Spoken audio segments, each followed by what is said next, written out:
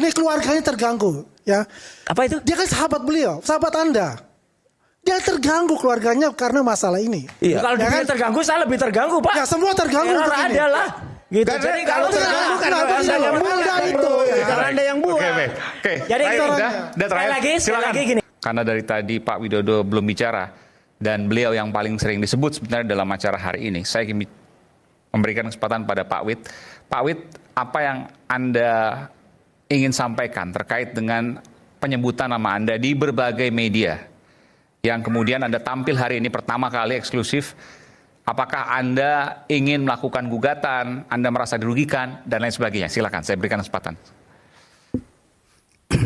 Iya, sebetulnya kalau dirugikan pasti. Apalagi era sekarang kan era ya media seperti ini.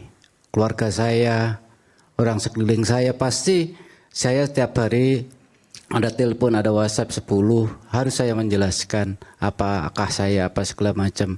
Itu sangat merugikan saya.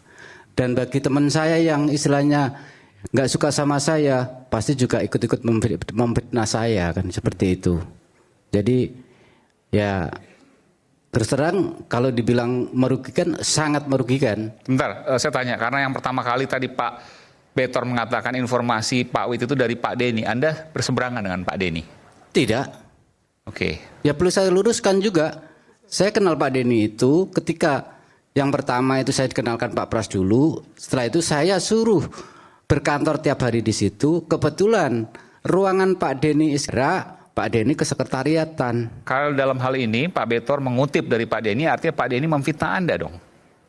Saya sudah clear, tidak pernah ngomong seperti itu. Oh, Pak Denny menyampaikan kepada Anda tidak pernah ngomong seperti itu? Iya.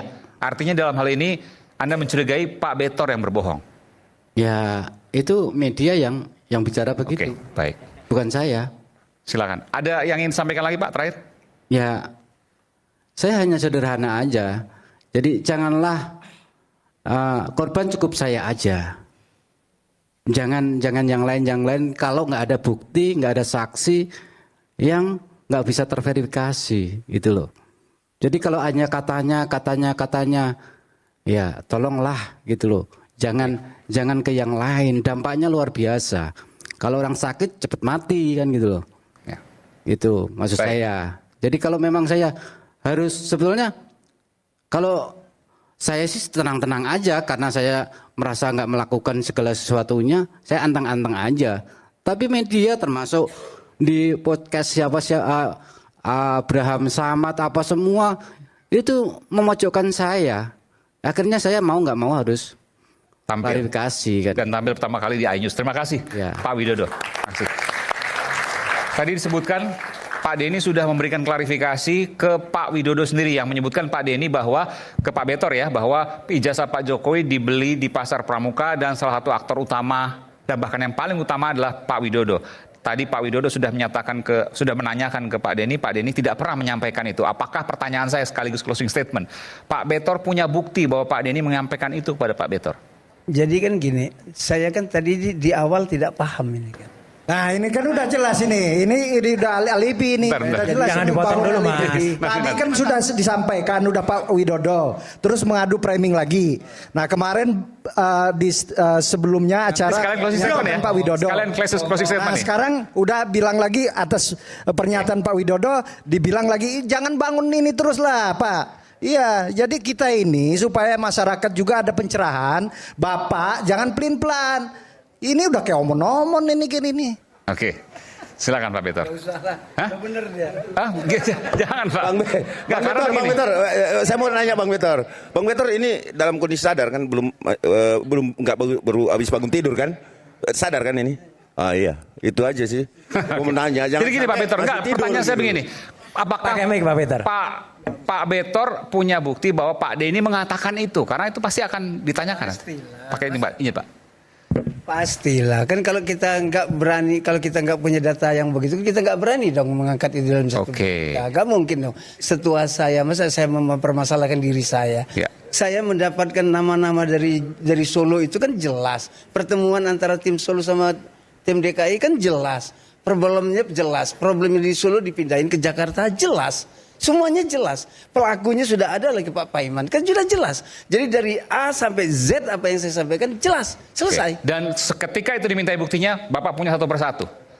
Itu tadi kan. Kalau Bapak terus mengkonfirmasikan ke Denny? ya urusan Bapak itu kan. Iya. Tapi di awal dengan saya kan ceritanya lain. Ini kan ada berapa waktu yang berubah.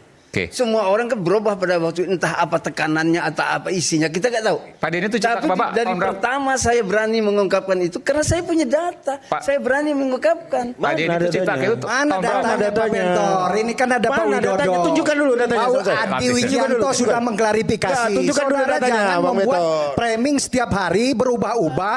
Nah seakan-akan Anda ada bukti. Buktikan mana buktinya. Jangan. Saya berubah-ubah kan. Pakai, Ya pakai. berubah. Kemarin katanya Pak Widodo. Nah Pak Widodo sudah klarifikasi. Nyatanya sekarang Bapak lari lagi. Kata disebutkan punya bukti. Lah Siapa? Siapa kan sekarang? buktinya. Sekarang siapa? Buktinya Pakai. mana? Lah nggak Oke. bisa katanya Oke, baik. katanya itu yang saya bilang. Sebentar, Bung Aiman, ini ada barusan saya terima. Buktinya di pasar pramuka. Sebentar, Bang. sebentar. Persidangan. Sebentar, Bang. Bisa bukti ditunjukkan di sini, harus di persidangan. Sebentar, nih. Ngawur gitu loh. Ya, saya bacakan Bung Aiman ya bahwa ada sahabat saya barusan WA saya, ya, seorang dari Kejaksaan Agung menyampaikan, Bang, JC LLC itu bukan tempat lab, tapi tempat pelatihan yang dikelola bekerja sama dengan New Zealand. Saya pernah mengajar di sana Iya. tahun 2005. Nah, kalau dia bilang lab, dia bohong itu. Nah, ini bukan saya ngomong loh ya. Itu memang bukan lab. Siapa bilang lab? Orang itu siapa namanya? Sebutkan dong. Enggak, ya enggak usah lah. Hak Nah, saya. bohong, nggak ada itu. Saya bisa aja bilang, saya barusan dapat. Mau libatin orang lagi. Jadi begini, Bang Nggak ada Roy namanya. ini, sebentar, Nggak ada namanya. Bang Roy ini, Saya Bang juga Roy, bisa Bang Roy, bilang. Bang Saya Roy juga bisa ini. bilang, saya barusan dapat WA, Mas. Ini bunyinya adalah bahwa ini nggak pernah datang ke Bogor. Bang Roy, Bang Nah, Roy, itu juga Bang Roy bisa. ini. Sekalian closing statement. Sekalian Oke, closing kalau statement. statement ya. Oke. Jadi gini, Bang Roy ya. Bang Roy ini sudah menggali kubur teman-temannya sebenarnya, ya. Entah bagaimana bisa Bang Rismon ikut-ikut dengan Bang Roy. Apakah yang terpengaruh antara Bang Rismon ataupun Bang Roy yang mempengaruhi, kita nggak ngerti. Ini mengecilkan, ini menghina Bang Resmon Sebentar. lah. Nggak Saya mungkin belum, lah Bang saya Resmon belum selesai. ikut-ikutan. Saya belum selesai. Ya kan itu haknya Bang Rismon Suka kalau dia bilang saya menghina orang ikut-ikutan. Terus kemudian ada lagi Bang Betor ini. Besok siapa lagi yang mau ikut-ikut ini pengasutannya? Kita nggak ngerti lah. Ya, intinya gini ya. Mari selamatkan diri masing-masing lah. Ya kan? Nanti ketika kemudian terjadi chaos di dalam pelaporan ini, ya kan? Nah kita lihat aja, mungkin abang-abang ini benar, ya kan? Kita yang salah, kan gitu. Tapi kita buktikan Bang, Pak Roy dan Bang Rismon. Saya mau bilang intinya gini, berbangsa dan bernegara itu, ya apalagi kita seorang peneliti, itu ada etika. Itu yang pertama. Yang kedua, tempatkanlah diri Anda, harga diri Anda sebagai ahli pada tempat seorang ahli. Ya. Bukan meneliti sesuatu yang memang belum tentu diteliti aslinya karena analognya nggak dipegang yang diteliti. Itu yang pertama. Ya kan? Saya sangat menghargai Bang Roy dengan kecintaannya terhadap bangsa mungkin. Dia pengen pemimpinnya semua mulus-mulus aja, jangan yang ijazah palsu. Tetapi Mbo ya, mari kita meneliti ijazah aslinya, kan begitu. Jangan dari sosial media ataupun mana-mana, oke? Yang perlu saya sampaikan adalah terakhir untuk teman-teman bahwa mari kita bersama-sama. Kenapa sih? Kalau saya diprotes terus sama saudara, marilah kita bersama-sama melihat kooperatif. Ya, saya minta saudara Rismon kooperatif. Kalau nggak mau datang nggak apa-apa, nggak usah datang sekalian. Panggilan polisi. Besok ada pemeriksaan. Ada pemeriksaan. Kalau nggak mau datang Aiman. bagus. Sorry, Ya kan? saya potong Bagus. Bang Aiman. Silakan. Pak Paiman ingin berbicara. Oh, boleh di. Saya speaker nggak? Itu bagus tuh, Boleh di Bapak speaker. Iman tuh. Ini eksklusif nih. Silakan, speaker lah. Oke. Coba, silakan Pak. Silakan Pak Paiman. Pak Paiman. Ya, saya bicara aja sama Pak Iman, sebentar. Oke, silakan Pak Paiman. Ini kita live ya Pak Paiman. Silakan Anda mau menyampaikan Ya, apa Pak oke. Paiman? Silakan Pak. Ya, Mas Andi. Ini dengan Pak Ya, Iman. Ini kita sedang ya live Pak. selamat malam. Selamat malam, silakan Pak Paiman. Ya, jadi begini, saya terpaksa ikut bicara ya, karena ini sangat merugikan saya, keluarga saya, anak saya pun sudah tidak mau sekolah, ya kan? Jadi gini, saya demi Allah sumpah mati nggak pernah yang namanya saya itu bikin ijazah Jokowi. Karena apa?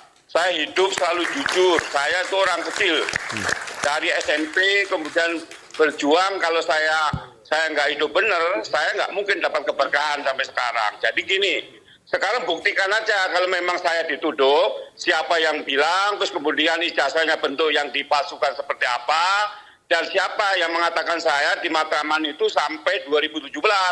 Saya itu sampai 2002.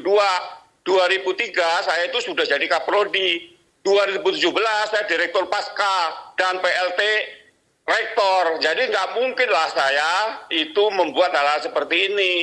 Jadi tolong janganlah. Kalau membenci dengan Jokowi ya jangan melibatkan yang lain gitu. Kalau saya benar ya, demi Allah demi Rasul, mati kalau saya melakukan hal-hal yang seperti dituduhkan. Jangan. Pak Paiman, sebentar gini Pak Paiman. Ya. Tadi ada pertanyaan dari Mas Roy. Kapan Pak Paiman terakhir halal bihalal? Di Pasar Pramuka. Sama siapa? Di Pasar Pramuka itu ada fotonya. Karena begini, kecurigaan dari Mas Roy dan kawan-kawan, ini ingin mengondisikan. Karena sebelumnya nggak pernah halal bihalal, tiba-tiba Mei 2025 melakukan halal bihalal dengan pedagang Pasar Pramuka. Silaturahmi. Oh, jadi gini. Oke, silakan Pak. Itu Pertanyaannya kapan terakhir halal bihalal Pak? Selain 2025. Sebelumnya saya pernah? nggak ingat. Seingat saya itu bulan April. Karena setelah Lebaran. Seingat saya bulan April. 2025 ya Pak? Tanggalnya Mei, April. Jadi belum ada yang namanya kasus saya dengan Mas Roy. Saya juga belum WA Mas Roy juga belum. Gitu loh. Jadi kalau halal bihalal karena dari toko yang diundang itu nggak ada, terpaksa saya datang dengan anak saya juga gitu loh. Jadi nggak ada kaitannya, orang saya cuma datang juga cuma sebentar di situ. Oke, Pak Paiman, nih Roy Suryo. Pak Paiman Ya, di foto itu jelas tanggal 1 Mei. Satu lagi Pak Paiman, kenapa Pak Paiman sempat mau disebut ngaku-ngaku orang Komnas HAM? Jujur Pak Paiman. Siapa yang Komnas HAM siapa? Lah ya itu ada kredit saya banyak tuh YouTuber Ceboker Nusantara itu. Clear banget tuh Pak Paiman. Ya buktikan aja, saya bukan orang Komnas HAM, saya orang dosen kok saya. Nah iya, ya udah. Tapi Bapak itu disebut Komnas HAM. Pak Paiman, sebentar Pak Paiman. Pak Paiman berarti nggak ada hubungannya dong dengan masalah ini. Saya tanya Pak Paiman, saya Regen. Berarti nggak ada Pak Paiman dalam hubungan melakukan ijazah palsu ini, membuat ijazah. Pak Paiman mau ya, ini. nanti diperiksa ya. Ya, pokoknya disidik ya. Bener ya Pak Paiman ya. Dulu silakan aja. Oke, disidik mau. Ya udah. Ya, Pak Paiman ya, hadir ya. Clear. Bagaimana mau mengatakan ijazah palsu? Oke. Orang Jadi sebentar Pak Paiman, tadi mengakui kok. Iya, halal bihalal itu tidak pernah dilakukan sebelumnya, tapi 2025 Pak Paiman kumpul di sana dengan alasan karena Sekarang diundang. tanyakan sama yang ngadakan halal bihalal. Saya kan hanya diundang. Oke, baik. Gitu baik, loh. baik. Jadi tidak ada kaitannya. Baik, gitu loh. baik. Jadi janganlah kita hidup ini sesuatu yang tidak ada dibikin. Kasihan dong keluarga saya. Saya tuh merintis dari bawah sekali kok sekarang nama saya dihancurkan begitu. Baik. Nggak boleh lah. Gitu. Baik, terima kasih Pak Paiman, terima kasih Pak sekali. Paiman ditunggu Pak nanti Paiman, kalau live ya, nggak cuma Pak Paiman suara ya. ditunggu ya. Laporannya Pak Paiman ya. Terima kasih Pak Iman. Makasih Bung Andi. Oke, baik, makasih. Kita berikan tepuk tangan untuk Pak Paiman karena akhirnya muncul. Terima kasih sekali lagi, luar biasa ini Pak Paiman akhirnya muncul berani untuk menyampaikan klarifikasinya. Terima kasih, ini kami apresiasi sekali. Tapi masih ditunggu tuh Mas. Iya. Baiknya Pak Paiman tuh. Ini kayaknya ada sesuatu. Oh enggak, memang. Ini ada sesuatu Bung Roy ini. Ada data yang harus dikejar dari Pak Paiman. Ya tadi Bung Roy tahu dari YouTuber. Iya. YouTuber yang dipercaya sama dia. Enggak gini, karena YouTuber itu teman-teman Anda semua itu Ceboker Nusantara itu. Itu apa karena nggak punya YouTuber juga? narasinya Mana YouTuber nyerang-nyerang juga? kami semua. Dan Ya itu kan? yang ngangkat Pak Iman sebagai seolah-olah Komnas HAM. Jadi gini, Beliau Pak Paiman, ini ya, terganggu Pak Paiman, ya. Ini keluarganya terganggu ya. Apa itu? Dia kan sahabat beliau, sahabat Anda. Dia terganggu keluarganya karena masalah ini. Kalau Ya dia kan? terganggu, saya lebih terganggu Pak. Ya semua terganggu Error untuk ini. ada lah. Gitu. Jadi kalau terganggu kan Anda yang buat itu. Karena Anda yang buat. Oke. Jadi Baik, gini, udah sekali terakhir. lagi gini. Oke teman-teman, kita baru menyaksikan itu yang di live iNews TV ya, iNews.